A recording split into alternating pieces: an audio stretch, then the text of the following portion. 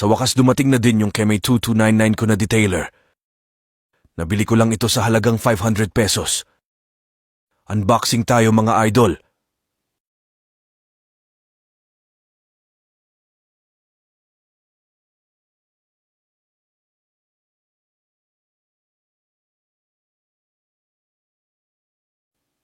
Moment of truth.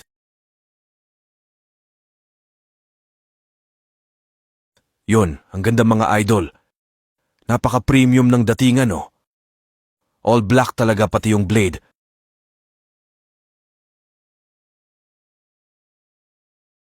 Try nga natin paandarin. Siyempre lagyan muna natin ng oil para may lubrication.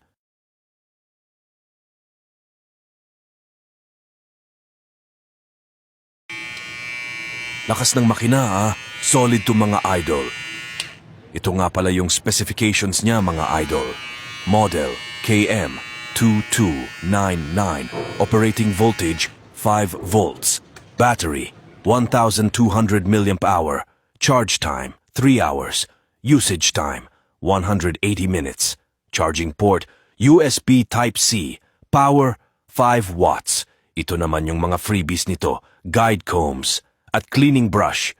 May kasama din itong manual. Wag nyo kalimutan basahin yung manual, mga idol.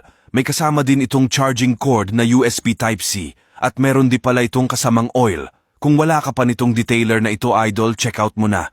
Click mo lang yung yellow basket dyan sa baba.